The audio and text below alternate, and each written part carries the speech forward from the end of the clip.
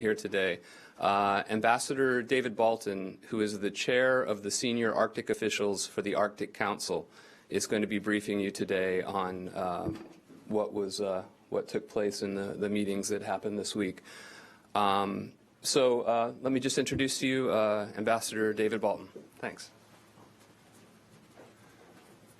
Good morning, everyone. Thank you for coming. It has been an extraordinary week here in Fairbanks. Actually, that week is still going on. A very large number of people interested in Arctic science and policy have all converged on Fairbanks this week. There is, I'm sure you know, the Arctic Science Summit week underway. There is an observing summit as well. And of course, the Arctic Council had 3 days of meetings here in Fairbanks. We're about halfway through the two-year U.S. chairmanship of the Arctic Council. This was a good time to take stock of how we're doing, also a time to take a step back and think about the longer term, the bigger picture. And that's a lot of what the senior Arctic officials and the permanent participants did together this week. I'm happy to answer any questions you may have. Yes, ma'am. We've been trained. There we go.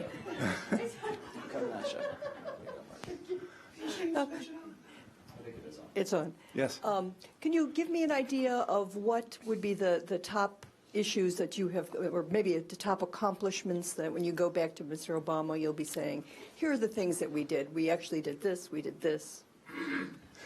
So I have to say most of the things that the United States proposed and the other states of the Arctic Council accepted as a program are still in train. A lot of the initiatives, the projects, are designed to come to fruition about a year from now. So it's hard to point to things that actually happened concretely this week in the sense of coming to an end. But what we did do, and this I think is significant, I got the Arctic Council to take a step back from its day-to-day work and think about the longer term. One of the features of the Arctic Council is that it has these 2-year rotating chairmanships, and that is a good thing in that it brings new energy as countries take over the chair. The downside is it tends to introduce a kind of 2-year mindset when a lot of the problems in the Arctic are really longer term than that. So we took a step back to look, for example, at climate change in the Arctic. We brought somebody from the UNFCCC Secretariat, this is the Secretariat that oversees the climate change negotiations, to tell us in detail what was agreed in Paris. Some of us knew, but some of us did not know entirely. And we embarked in a fairly extraordinary discussion of what the Arctic Council might be doing differently with respect to dealing with climate change in the wake of the Paris Agreement. The Paris Agreement sets a target of no more than 2 degrees Celsius temperature increase over the long term. But what does that really mean for the Arctic? The Arctic is already warmed almost that much and probably will be warming more than that, even if that target is met. What does that really mean for us? We need to understand this better. How can we help local communities adapt to climate change in the north? What does it mean for the rest of the planet? That was a fairly intense discussion involving the scientists and policymakers looking ahead 5, 10, 20 years. So those are the types of things we did that were unusual and I think notable. Did you discuss proposals for Hi, Suzanne Goldenberg from The Guardian. Did you discuss proposals or calls for a ban on oil and gas drilling in the Arctic, and can you give a description of those discussions? Thanks. Thanks. For those of you who may not know,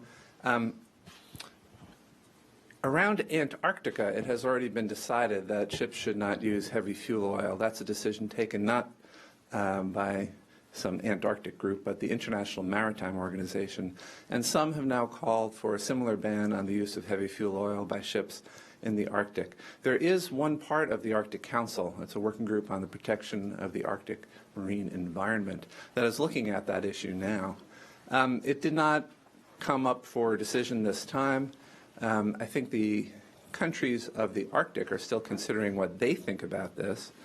When President Obama and Prime Minister Trudeau got together last week in Washington, one of the things that they said in the joint statement was that we need to push forward on this issue. But you know, this issue does not only involve the Arctic states. There are others who register ships that sail through the Arctic that would need to be involved. And ultimately, if a decision is to be made, it won't be made by the Arctic Council. It will be made by the International Maritime Organization, yes. With respect, I meant the calls from campaign groups for a ban on oil and gas exploration. I'm sorry. I thought you were talking about a different issue. Yeah, but that was good too. I'm interested in that. Yeah, I certainly know that there are a number of groups that are calling for an outright ban on oil and gas development in the Arctic. I would say the views of the Arctic states on a question like that at this point are quite mixed. There are a number of Arctic states that depend heavily on oil and gas development for their economic well-being. I'm thinking of Norway and Russia in particular. Others less so. Here in Alaska, we don't yet have any significant offshore development, and frankly, with the commodity prices being what they are, it's unlikely that will happen anytime soon. And it remains a controversial issue here in the United States. So no, there was no explicit discussion of the call by some of the environmental groups to have an outright ban. Sir. The news release that Tom generated has a reference to the SAOs and the permanent participants.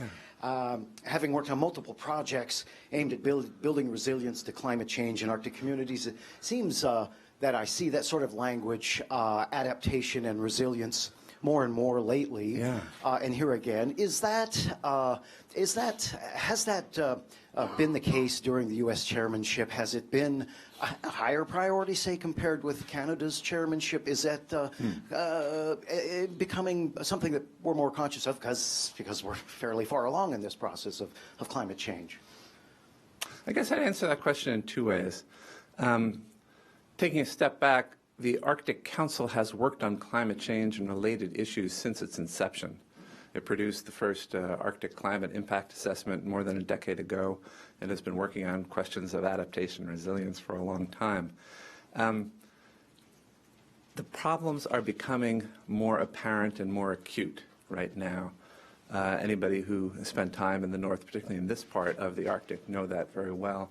And for the United States, our president, having come here to Alaska and seen the effects of climate change in the Arctic firsthand, is quite focused on this issue. So for us, it is a high priority to call attention to climate change in the Arctic, to help the world understand the potential consequences of Arctic climate change on the rest of the planet, and yes, to help people in Arctic communities adapt to these changes. So yes, I would say it's a particularly important issue right now.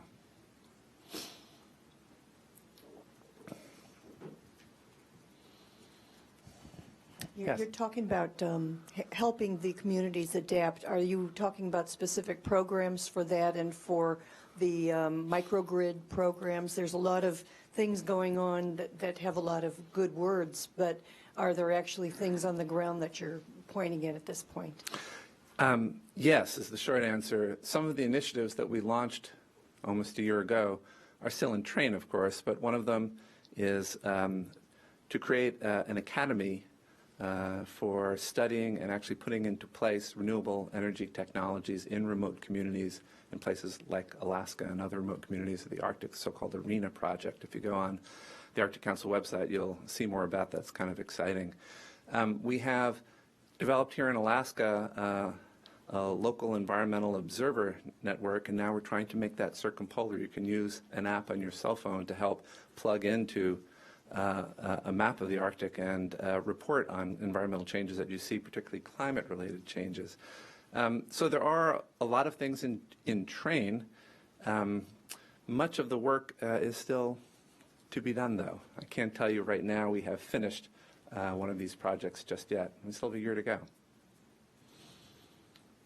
Maybe we'll take a quick question from somebody who's taking part online. Certainly.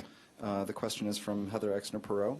Is there any momentum or progress towards evaluating the effectiveness and or impact of past Arctic Council commitments and initiatives, as well as developing measurable objectives for future activities? If so, what might that process look like?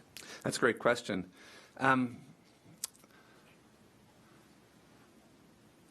Last year, the United States General Accounting Office and its counterpart sort of audit organizations in 4 of the other Arctic nations did a kind of joint review of the Arctic Council and its work. And one of the things they recommended is what this question is asking about, that there be some more reporting back by the Arctic states of what they have done to implement the recommendations that have come through the Arctic Council process over the years. The United States, at a minimum, is committed to do that, and by the end of the chairmanship, our chairmanship, we intend to have a report on how we have done in implementing at least the key recommendations of the Arctic Council over the years, and we're hoping to lead by example. We did also embark this week in a discussion with the other states and the permanent participants about whether the Arctic Council needs a long-term strategic plan, something it has never had. A number of the working groups of the Arctic Council do have long-term planning documents, but the Council as a whole has not. I believe we need such a plan. It would help us to set priorities and would help to answer that question. We could set our priorities and then have yardsticks against which to measure our progress more easily.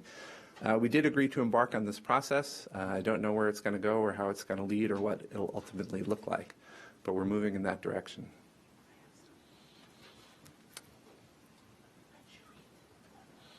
Okay. Great. We have another question online from Yareth Rosen with Alaska Dispatch. Yeah. Have geopolitical tensions with Russia affected the Arctic Council, or are relations between Russia and the U.S. and Russia and the rest of the Arctic Council countries the same as they had been in the past? Another excellent question. I think the answer is the same as they've been in the past almost entirely. It's no secret that the United States and Russia have significant conflicts about other parts of the world and other issues. Not just the United States and Russia, but virtually all of the other members of the Arctic Council and Russia. But in the Arctic in general, and in the Arctic Council in particular, we remain able to cooperate with one another. We actually need each other to make progress on the Arctic issues. And this week was no exception to that. The Russian SAO and all the other SAOs were working very collaboratively. It was a pleasure to see. I wonder if you might expand on that and how the indigenous people of Alaska and Chukotka and other places lead in that sort of international effort. I would say the relations between the indigenous peoples of the North are particularly unaffected by the conflict between the United States and Russia and other countries regarding Ukraine or Syria or other issues. Their relations are largely independent of those of the governments of these countries. And yes, in a sense, they can help us lead and to keep the glue in place. Sir. Where's the money going to come from to pay for adaptation and resilience? And secondly, if you can speak out of school about conversations with other SAOs, are they running into the same kind of resistance that the U.S. administration is with Congress on coming up with money on microgrids and infrastructure and so on, adaptation resilience? Another good question. So for the United States, at least, the President has put into his proposed budget money for just such things. And we don't actually know yet what Congress will do. There is a growing Arctic caucus in the U.S. Senate, not just the Alaska senators, but now I think it's up to 10 or more senators. And I think we have been making progress in Congress to realize that Arctic issues are a national concern for us and not just a parochial concern of the state of Alaska. So I'm actually hopeful that we will have more money for such things here in the United States. For the other countries of the North, some of them are facing budgetary problems right now, some of them particularly that depend on oil and gas revenue, much like the state of Alaska, are running into budgetary constraints. One of the countries that funds a lot of Arctic Council activities, certainly on a per capita basis, probably more than anyone else, is Norway. And for the first time, they are running into some budgetary problems because of the price of gas. I'm hopeful that as a for the sake of the Arctic Council, I'm hopeful that is a temporary situation, but who knows? Can I follow up real quick on that point? And that is, there's talk up here, you heard it for sure, about public-private partnerships. Yeah. Other nations as well talking about that as a possible source of funding? Certainly. And one thing we have going for us is a partnership with a number of new bodies. One in particular is called the Arctic Economic Council. This is a group that was sort of launched through the Arctic Council, but is independent. It is an organization of private sectors from around the circumpolar north.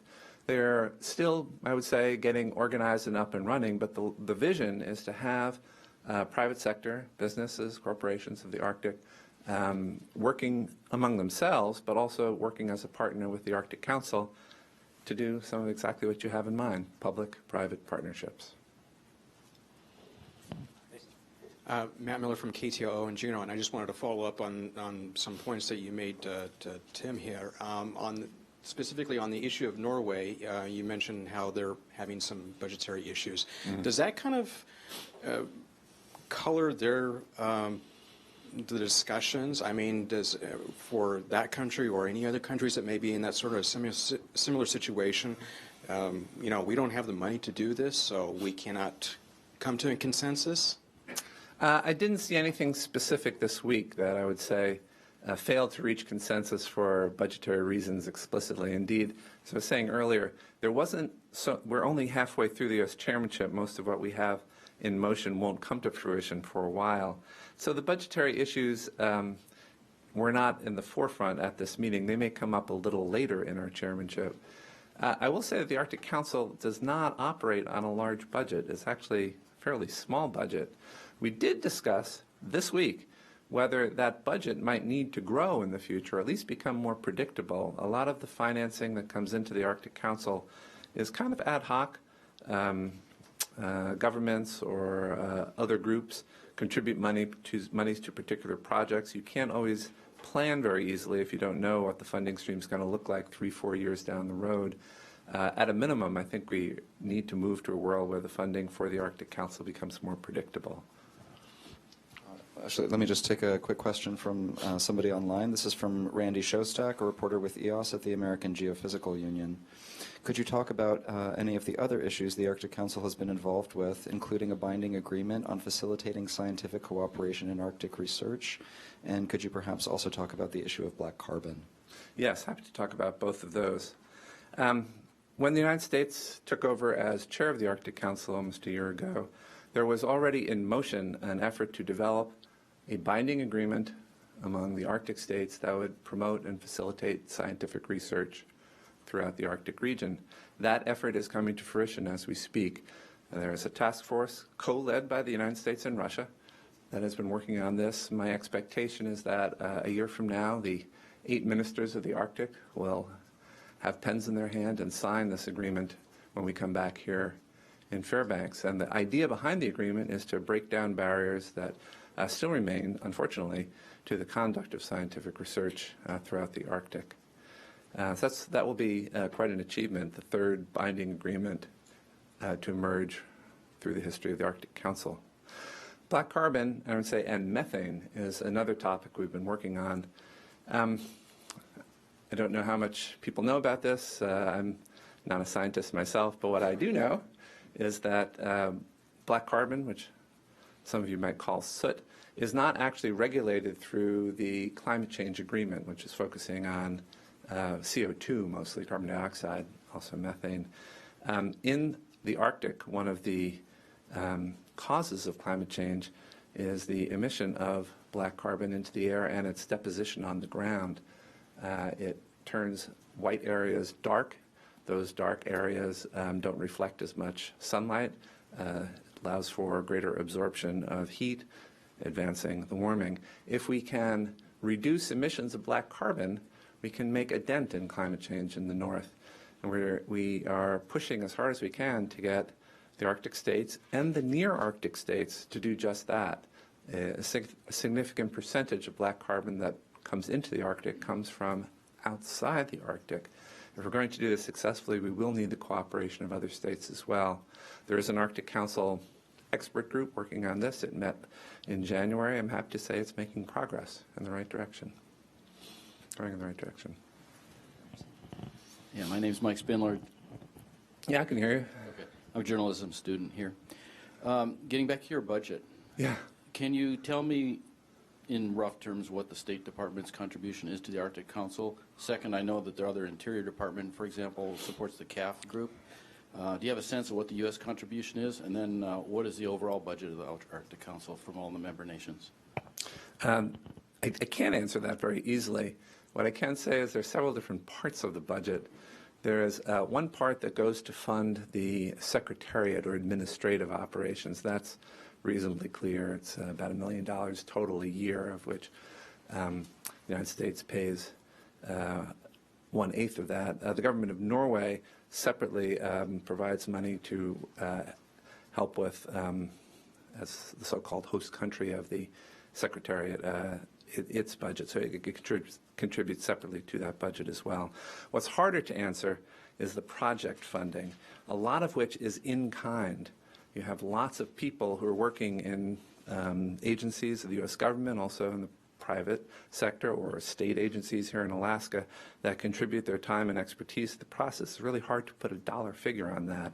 But there are dollars that do flow from the United States into various Arctic Council projects. I don't have those figures off the top of my head, though. I'm sorry, I can't answer that. Perhaps quickly, one more question from somebody taking part online. This is from Hannah Hogue with Arctic Deeply. Was long-term sustainable funding for permanent participants discussed, and what were the outcomes? It was discussed. Some of you may know that the permanent participants have a hard time attending and participating in the full range of Arctic Council activities. Some of the constraints are financial. There is not enough money in the system to allow them to do everything they wish. They have taken an initiative, the permanent participants themselves, to create a new fund, and we did get an update on that. They're working in partnership with a group here in Alaska, some of you may know, the Institute of the North, to create such a fund that would be housed in Sweden and would provide monies over time to increase their ability to engage in Arctic Council work. I'm optimistic about that. Well, we've heard that there's a lot of, excuse me, we've heard that there's a lot of people who want to be observers.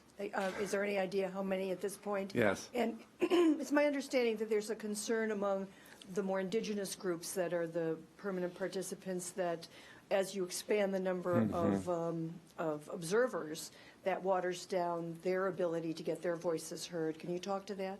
Yes, I can. Already the Arctic Council has 32 accredited observers. About a dozen of those are non-Arctic states.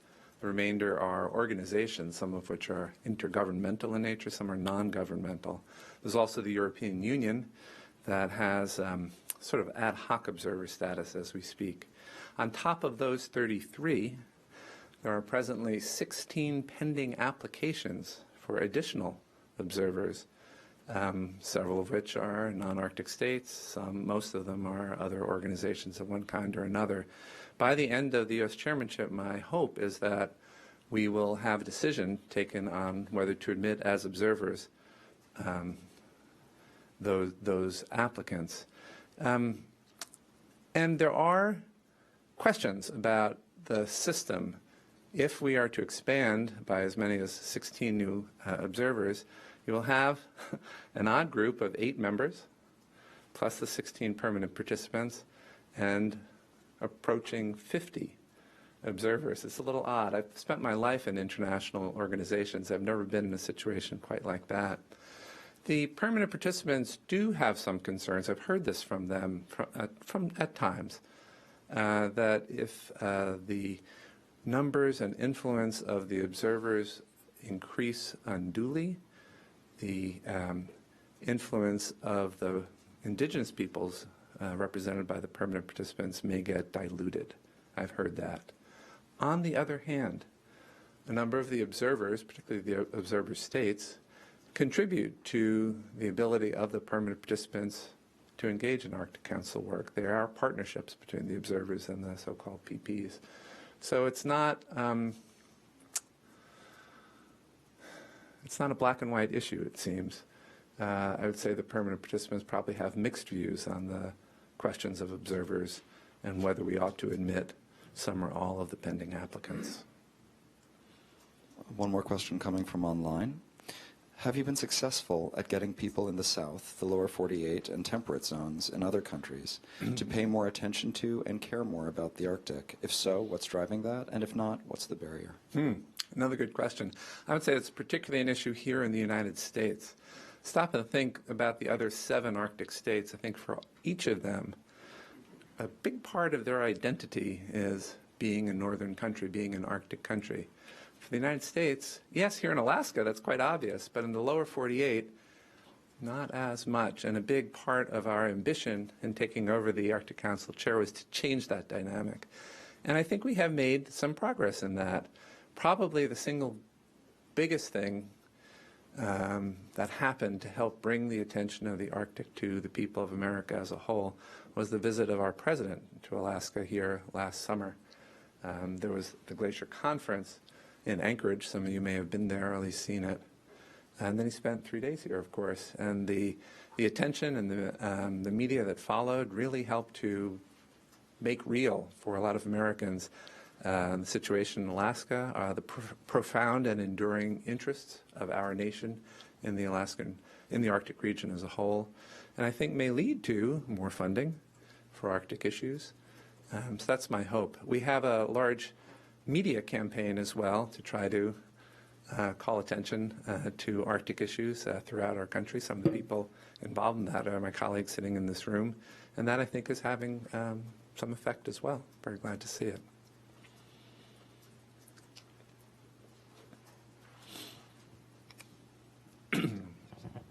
Sir. Hi, Steve Heimel, Alaska Noosphere. Help me out here procedurally. The ministerial's coming up, right? Next May, a year from this May. And we have a bunch of observing scientists here that have been having their summit, and their problem is that the funding for observing, like monitoring stuff, even biologically, runs out. It's project-based, and there is no sustained, there never has been any kind of way of sustaining a utility of observation for particularly the Arctic. And of course it's expensive. And they're kind of hoping that they can propose something to the Arctic Council that might lead to some kind of jurisdictional decision or proposal or something about where the money would come from to sustain this type of observational information utility. Do you think a proposal needs to be initiated from the level of the scientists? They seem to be working real hard to do that. I hope they do come up with a proposal of this sort. Whether the funding would be agreed to at the Arctic Council and run through the Arctic Council, or whether it would come separately or be organized in a different way, I can't say yet. What I can tell you is that there will be an event about Arctic science in particular at the White House. It was announced a few weeks ago, or actually just last week, in the context of Prime Minister Trudeau's visit to Washington.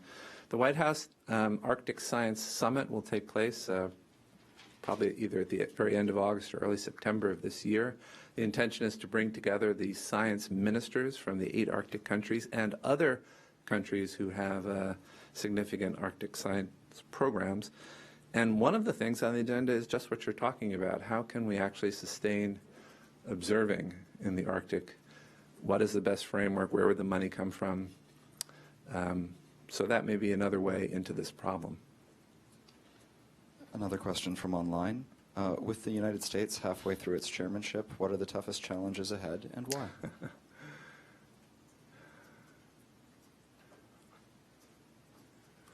Boy, that's a good question. Funding, I would say, is always a perennial challenge for the Arctic Council. We talked about it already a little bit here. the budget for the Arctic Council, and particularly the project funding, is ad hoc and may be insufficient over the long term if the Arctic Council is going to continue to expand and evolve. The Arctic Council is coming up on its 20th anniversary. I said before, I have a 20-year-old son, and he's not entirely a grown-up yet, and in some ways the Arctic Council is still growing as well and maturing. I think it has potential to do a lot more, but to do a lot more, it probably would need greater resources. I would say that probably is the biggest challenge. And a question now from Kevin McGuinn with the Arctic Journal. You've been speaking about changes that would make the Arctic Council a more long-term oriented organization. Is it possible for you to give a brief description of what you would like the Arctic Council to look like in the future?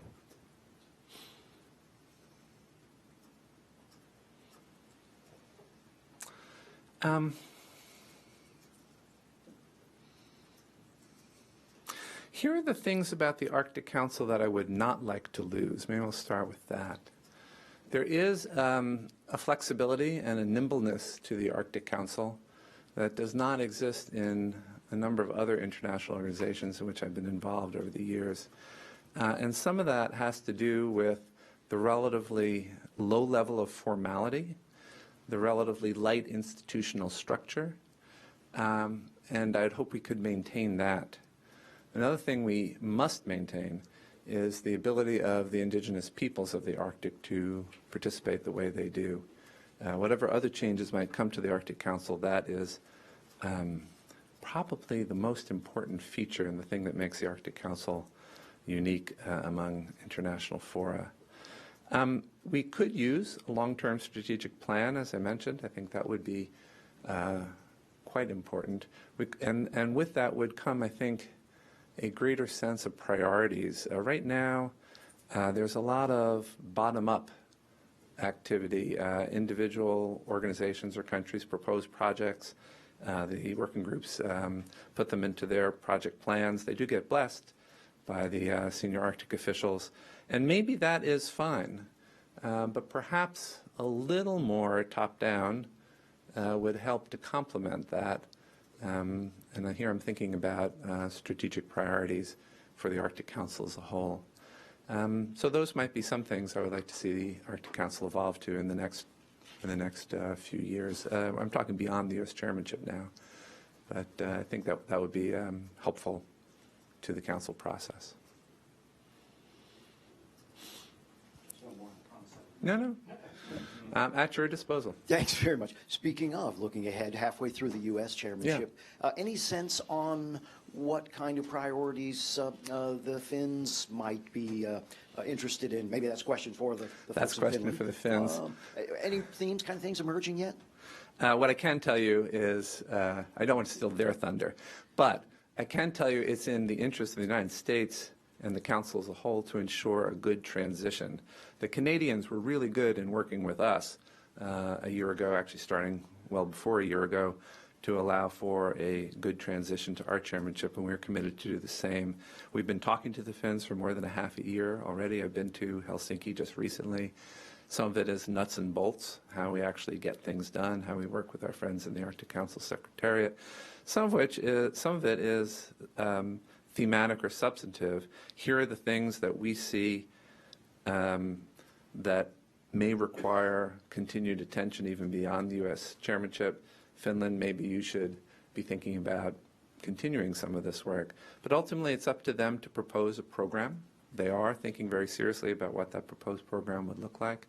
And then all the Arctic states and the permanent participants will have a chance to weigh in. There'll be some accommodations, I expect, and a year from now we will have launched the Finnish chairmanship. Stay tuned. The next SAO meeting of senior Arctic officials, will take place in October in Portland, Maine. We're bringing the Arctic Council to Maine, an interesting development. And at that meeting, it's my expectation that Finland will present its proposed priorities for its chairmanship, and we'll begin that discussion in a formal way. And then you will have an answer to your question. It's practically the tropics.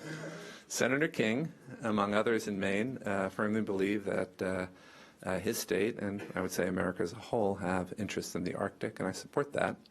And I'm looking forward to that event. Another question from online. Can you comment on any discussions at the meeting about a pan-Arctic network of marine protected areas? Yes.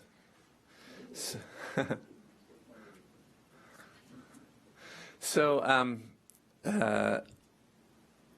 the Arctic states that have coastlines in the Arctic have all already established marine protected areas of different kinds. Here in Alaska, there are quite a few in place.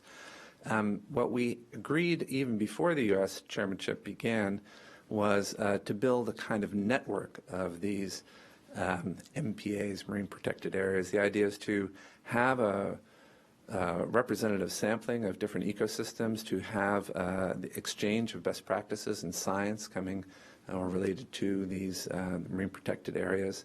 One of the working groups of the Arctic Council, again, the protection of the Arctic marine environment, is chugging forward to actually build this network.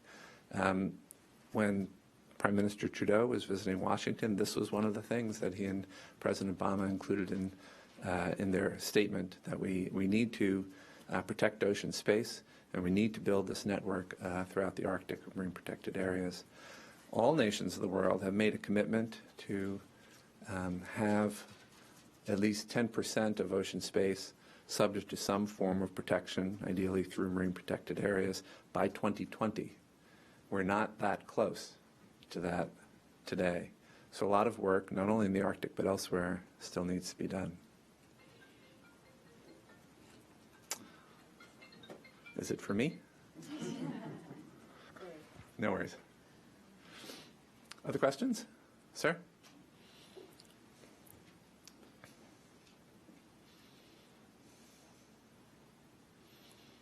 Okay. Was the issue of restructure, so this is along the lines of what we've discussed a little bit, but was the issue of restructure or reform of or strategic planning for the Arctic Council under a legally binding treaty discussed at the SAO? If so, was the status and role of the PPs discussed in this context? So the Arctic Council is not based on a treaty. That's one of the things that makes it different from a lot of other international fora. The Arctic states established the Arctic Council in 1996 through something called the Ottawa Declaration. That is part of what gives the Arctic Council its flexibility and its nimbleness. Some from outside the Arctic Council process have advocated that we need to replace that with some binding agreement. I think that's what your question is getting at. I didn't sense, I still don't sense either this week or at other times, a willingness among the Arctic states to really embark on that process. To use an American colloquialism, it ain't broke, let's not fix it. We do need to improve some of the working, the operational ways of the Arctic Council, but I don't think we need a binding treaty to reestablish it at this time. And if we were to embark on that, there would be questions about whether the permanent participants could continue in their current role in a binding format. It's not obvious how that would come out.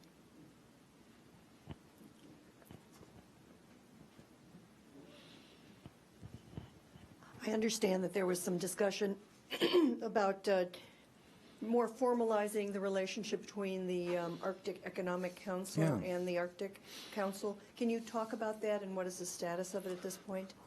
So, yes, I can. The current chair of the Arctic Economic Council is an Alaskan, maybe known to some of you, Tara Sweeney, and she came to give us an update on the work of the AEC, she gave us a number of slides, PowerPoint slides, on all that they're doing, and they're doing quite a lot to get themselves organized. Her final slide had to do with the future relationship between the Arctic Council and the Arctic Economic Council, and that slide was blank. And the point was, we have to build this. The Arctic Economic Council has already been engaging in some of the work of the Arctic Council. The first really good example of that has to do with telecommunications. Part of our chairmanship program is to do an assessment of telecommunications infrastructure throughout the Arctic. That is underway. The Arctic Economic Council has telecommunications expertise among its members and is contributing that expertise into this process.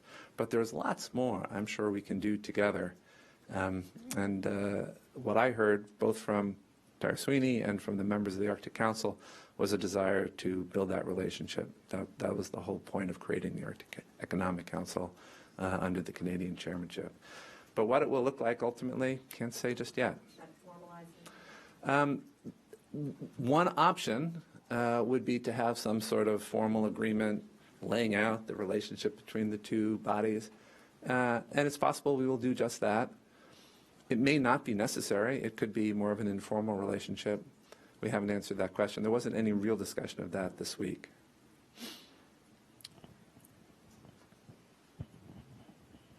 I've attended a lot of government meetings in my career. I'm sorry. Actually, great career, but I'm changing to a journalist.